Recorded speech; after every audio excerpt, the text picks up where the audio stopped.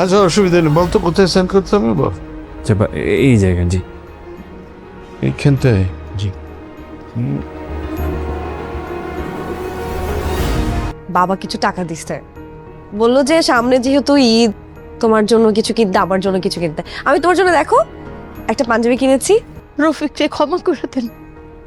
আমি নিজেও তো রফিকের পক্ষে কতবার ক্ষমা চাইছি আপনার কাছে। বন্ধুরা, এটা আমাদেরই গল্প নাটকের ৩৬ নম্বর পর্বটি আপনারা ইতিমধ্যে নিশ্চয়ই দেখে ফেলেছেন। তাই আজকে আমরা ৩৭ নম্বর পর্বে কি বড় ধামাকা আসতে চলেছে তা নিয়ে বিস্তারিত আলোচনা করব। আমরা ৩৬ নম্বর পর্বে দেখলাম ফাহাদ তার বাবার কাছ থেকে একটি দলিলে স্বাক্ষর করিয়ে নিচ্ছে। তাহলে কি এবার ফাহাদ তার বাবার পৈতৃক সম্পত্তি বিক্রি করে দিবে সায়রাদের সেই কোম্পানির টাকা পরিশোধ করার জন্য? তাছাড়া আমরা ৩৭ এবং ৩৮ নম্বর পর্বে দেখতে চলেছি সামির এবং মেহেরিনের সংসারে অনেক বড় ঝড় আসতে চলেছে। তাদের সংসারে কি ঝামেলা হবে সেটা দেখার আগে আপনারা যদি সামির এবং মেহেরিনকে সবসময় একসাথে দেখতে চান তাহলে অবশ্যই ভিডিওটিতে লাইক দিয়ে চ্যানেলটি সাবস্ক্রাইব করে দিবেন।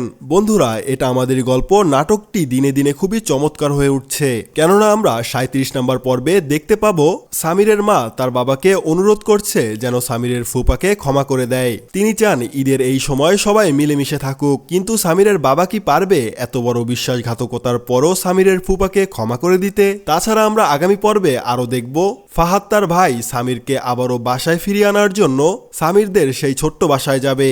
সামির কি তার বড় ভাইকে ক্ষমা করে দিবে, নাকি অভিমান করে ফাহাদের সাথে সামির আর মেহেরিন কখনোই বাসায় ফিরবে না? অন্যদিকে আমরা দেখব সামির এবং মেহেরিনের সংসার ভেঙে যাবে খুব শীঘ্রই। সায়রা কোনোভাবেই আর ফাহাদের সাথে সংসার করবে না। সায়রার বাবা তাকে বুঝিয়ে বলেছে, মা তুমি আরেকবার ভেবে দেখো।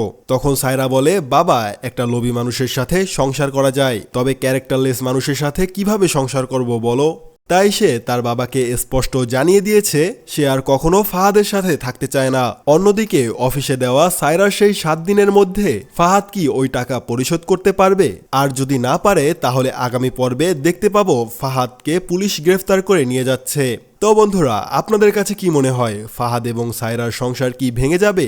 আর হ্যাঁ, আপনারা কে কোথা থেকে আমাদের এই ভিডিওটি দেখছেন তা কমেন্টে জানাতে পারেন।